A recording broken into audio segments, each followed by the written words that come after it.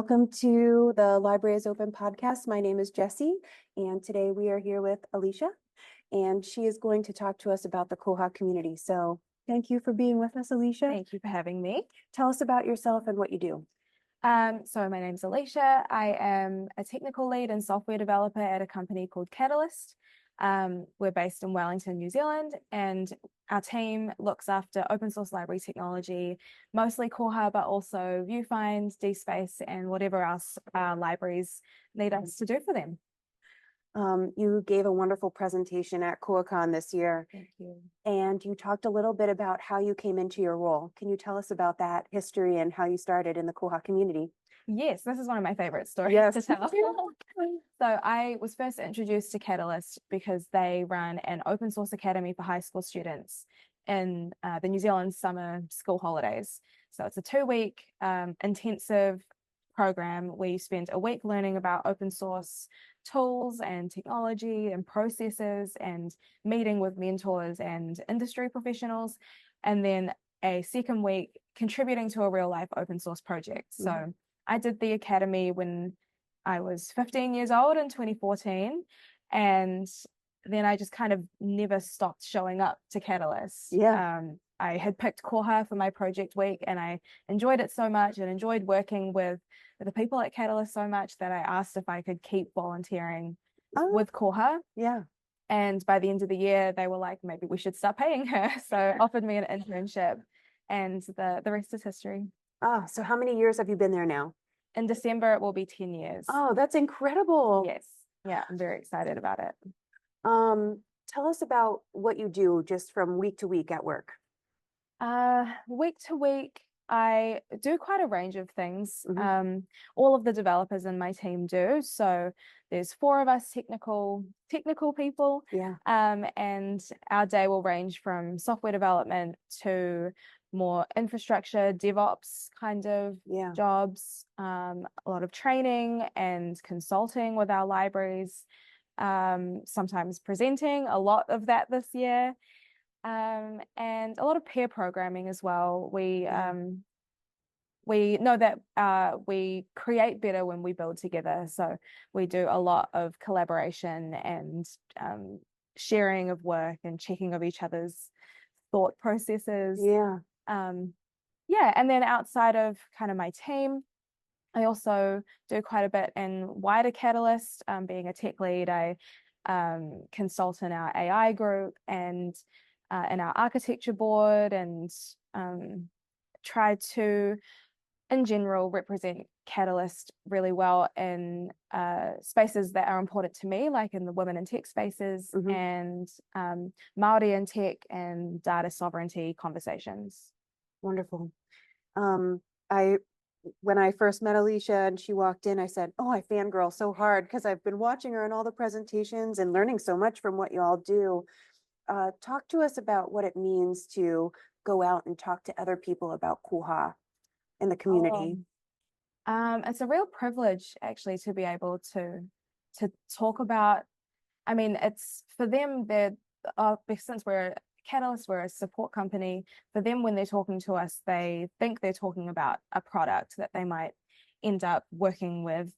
And for us, I get to talk about the community and the open source nature of the project and the many ways that we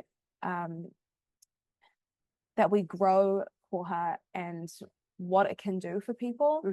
And that's really easy for me to talk about. So it means a lot to be able to work with a software that I am quite passionate about, and alongside people that are really genuinely good people and want to put good out into the world.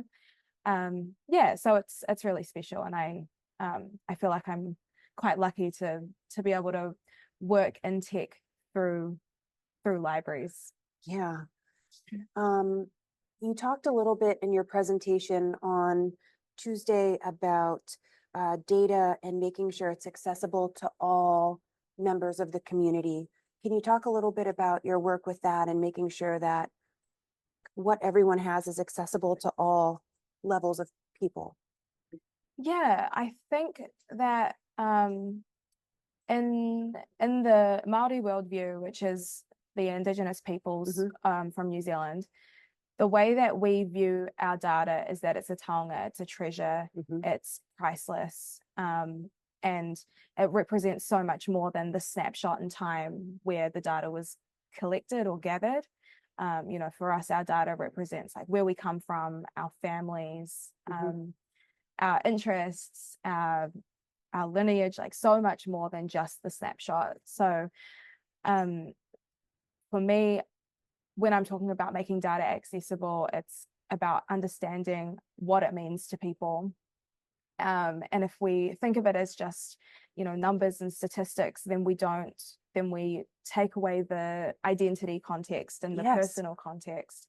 And so it's really important for our users to know that the data will always be theirs first. Mm-hmm. And that includes giving them access to it, making sure they can access it in their language, take it away when they want to withdraw that consent. Mm-hmm. So it's, yeah, I guess it's just about understanding what data really is, what it represents, and knowing that it means more to people than some zeros and ones on a screen. That's right. So next year, Koha will celebrate 25 years, and you will be hosting in New Zealand the kohacon 2025. Tell us, what are the plans, or how we can get everybody excited that's going to be listening for the big celebration next year? Yes, so kohacon25 will be, the theme is going to be Kua Hua Te Marama, which is, it talks about a full cycle of the moon. Mm-hmm. But for us, it's also kind of like, it's about returning home. Mm-hmm. So that's kind of why the theme was picked. And I don't know, I don't want to share too much because there's not much to share yet.